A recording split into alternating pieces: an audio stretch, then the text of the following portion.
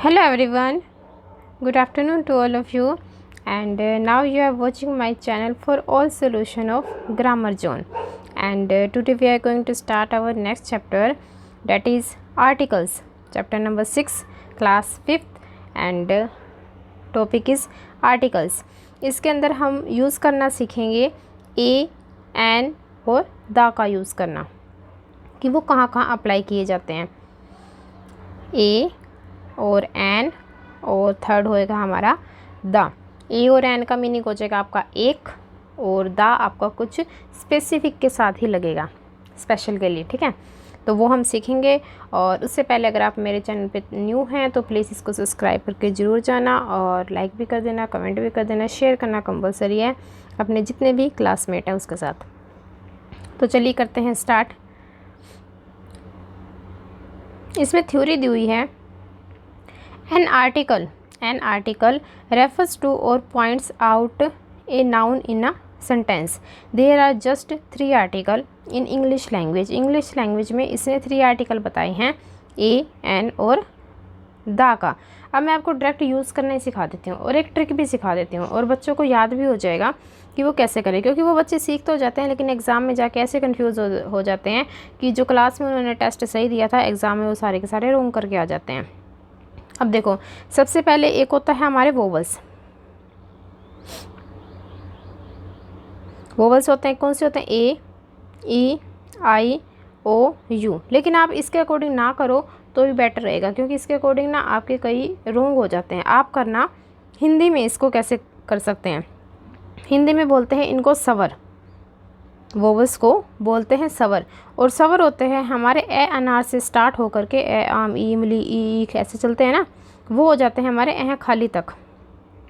हाँ खाली होता है ना लास्ट वाला, वहाँ तक ये चलते हैं। अगर आपको साउंड आ जाए इनकी, सवर की, वोवल्स की, ए अनार आ आम वालों की, तो आपका अप्लाई हो जाएगा एन। मतलब कि जो आपका फिलिंग द ब्लैंक्स है उससे नेक्स्ट जो वर्ड है उसका फर्स्ट लेटर अगर आपको साउंड दे रहा है, ए अनार आ आम, ई इमली, ई उल्लू, इस तरह की साउंड दे रहा है, तो आप उसके साथ लगा दोगे एन। ठीक है, थोड़े से हैं ये 13 है, और उसके साथ लगाओगे आप थोड़ा सा बड़े वाला आंसर। अब नेक्स्ट हम चलते हैं व्यंजन की तरफ, कॉन्सोनेंट। अब व्यंजन कौन से होते हैं? व्यंजन होते हैं कै कबूतर से, जो उनसे स्टार्ट होते हैं और लास्ट तक चलते जाते हैं हमारे ज्ञ ज्ञानी और शिमिक तक, और इनको बोलते हैं व्यंजन, मतलब कि कॉन्सोनेंट। अगर ये साउंड दे रहे हैं तो इसके साथ आप आंसर लगाओगे ए का। मतलब कि ट्रिक ये हुई कि जो आपके थोड़े से लेटर्स हैं उनके साथ तो बड़े वाला आंसर एन, और जो आपके बहुत सारे हैं, पूरा पेज ही भर जाता है कै कबूतर कै खरगोश लिखते हुए, उनके साथ छोटे वाला आंसर। लेकिन हिंदी में साउंड देखना है, आप इंग्लिश में देखोगे तो कंफ्यूज हो जाओगे। क्यों कंफ्यूज होगे? रीज़न ये है कि वहाँ पर कई लेटर्स साइलेंट होते हैं। जैसे नाइफ है, के जो सा आपका है नहीं बोला जाता उसके अंदर, तो वो आपको फिर पता ही नहीं लगेगा अगर आप इंग्लिश में करोगे। तो हम करेंगे हिंदी में। मैं आपको डायरेक्ट करवा देती हूँ एक्सरसाइज, और बहुत ही अच्छे से समझना ताकि लाइफ टाइम आपको याद रहे। अब इसने बोला लेडी, लेडी ले ए डे ई ऐसे स्टार्ट हुआ लेडी। अभी जो से लेडी है ना, ये ए अनार वाली लाइन में आता है, कै कबूतर वाली लाइन में आता है, तो ये तो व्यंजन में आता है। कै कबूतर कै खरगोश इनमें आता है, तो ये तो बहुत सारे होते हैं। बहुत सारों वालों के साथ क्या आ जाएगा? छोटा सा आंसर ए आ जाएगा। इधर इसने इम लगा दिया था, इम्पेटेंट लेडी, तो ये ई से स्टार्ट हुआ। ई से हुआ तो हमने क्या किया? ए अनार आ आम, ई इमली वाली लाइन देखी, वो तो सवर की होगी। सवर के साथ तो क्या लगेगा? एन लगेगा। फिर है ये इंटेलिजेंट डॉल्फिन। अब ये इंटेलिजेंट भी किससे स्टार्ट हो रहा है? ई से स्टार्ट हो रहा है, और ये है सवर में। सवर में जो होता है उसके साथ क्या लगता है? एन। अब आगे डॉल्फिन, डॉल्फिन डैडमरू, ऐसे इससे स्टार्ट होता है डॉल्फिन से, तो ये तो व्यंजन में आया। जो बहुत सारे होते हैं, बहुत सारे हैं, तो इसके साथ छोटा सा आंसर लगा दो ए। आगे है आपका डेस्क, ये भी डे से स्टार्ट हुआ ए। फिर आ जाएगा आपका लेज़ी, ये तो हमारा ले से स्टार्ट हो गया। फिर है चाइल्ड, चे से हुआ, चे चम्मच से। आगे है इंटरेस्टिंग बुक, ई से स्टार्ट हुआ तो एन लगा देंगे। फिर फनी एलिफेंट, ये तो फे से स्टार्ट हो गया, तो ये तो व्यंजन था, व्यंजन है तो ए में आ जाएगा। अब इस तरफ देखिए एंटिक डेस्क, ए से हुआ है तो स्टार्ट, ए इनक वाले से, तो एन आ जाएगा ओटर, ओ हो गया। एन आएगा आउटिंग का भी, बुक बै से स्टार्ट हुआ तो ए होएगा।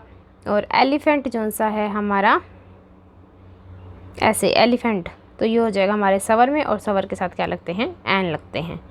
कर लेना आप, अगर आपको समझ में ना आया हो तो दोबारा से ये वीडियो देख लेना, बहुत अच्छे से आपको बताया हुआ है। फिर हम करेंगे इसकी ग्रामर टिप। इसमें क्या बोला हुआ है, with noun that are both singular and countable, मतलब कि अप्लाई कब होते हैं ए और एन, जब काउंटेबल हो। मतलब कि एक बच्चे ने अगर क्लास में पूछा कि मैम ए का मतलब क्या होता है, तो उसका मतलब होता है एक, और एन का मतलब क्या होता है, उसका मतलब भी क्या होता है, एक। तो हम काउंटेबल के साथ ही ये लगा सकते हैं। अगर आपको दे देना राइस, चावल, उसके साथ कुछ नहीं लगाना, क्योंकि वहाँ पे ए राइस कर देंगे, क्या आप एक दाना खाओगे चावल का? ए शुगर कर देंगे, क्या एक दाना खाओगे चीनी का? नहीं, सिर्फ और सिर्फ काउंटेबल के साथ ही हम इसको अप्लाई कर सकते हैं। तो इसके फर्स्ट में आ जाएगा एन, एन ऐसे, और सेकंड में आ जाएगा ऑरेंज, एन ऑरेंज और ए बनाना। फिर इडलीज आया आपका 2, अब 2 इडली हैं तो हम यहाँ पर ए और एन लगा करके उसको एक नहीं करेंगे, 2 है तो वो 2 खाए, क्योंकि ए और एन का मतलब क्या हो जाता है, एक हो जाता है। थर्ड में है what an in exciting match, an हो जाएगा। फिर है आफ्टर द गेम, यहाँ पर है बोथ टीम, बोथ टीम आ गया तो देखो 2 टीमें हैं, उसको हम एक नहीं कर सकते, इसीलिए यहाँ पर कोई आर्टिकल नहीं लगेगा। फिर old lady, an old lady हो जाएगा, और a bench, an igloo, a shelter, snow, snow को हम काउंट नहीं कर सकते, इसीलिए हमने कुछ भी नहीं लगाया यहाँ। फिर है यूनिसाइकिल, अब यहाँ पे आप कंफ्यूज मत हो जाना, ये ऐसे यहाँ पर ये आया यूनी, यूनी आया, ठीक है। तो अगर आप इंग्लिश में देखोगे तो साइलेंट वाला हटाओ, वरना यह देखो तो उसके अकॉर्डिंग आ जाएगा आपका ए। फिर है one, O N E, one, यहाँ पर वन देखो, अगर आप इसका देखोगे, इंग्लिश का देखोगे तो आप लगा बैठोगे एन, लेकिन हिंदी वाला देखोगे तो ये तो व्यंजन है तो लगाओगे ए, और हिंदी वाला आपका सही करवा देगा, 1 नंबर दिलवा देगा आपको।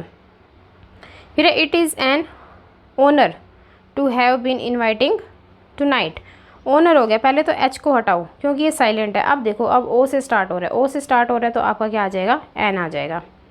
लास्ट क्या होगा, ये कैपिटल में दिया हुआ है, यहाँ पर भी फ्रेंच कैपिटल में था तो नो आर्टिकल रिक्वायर्ड।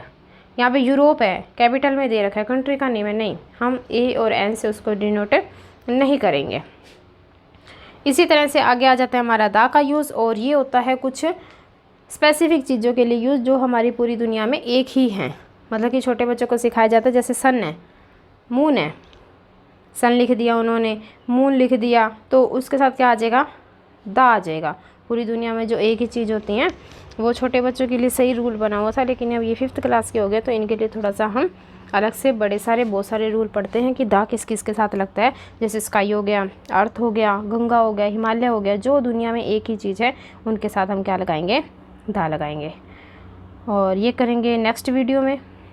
मुझे लगता है कि ये बीच में वीडियो बंद हो गई थी और एक एकदम कब स्टार्ट होगी मुझे पता भी नहीं लगा कि कौन सा सेंटेंस है जो स्किप हो गया या कौन सा मैंने 2 बार बोल दिया, तो मुझे नहीं पता लग रहा। बाकी मैं करूँगी नेक्स्ट वीडियो में। So thank you very much and be connected with me.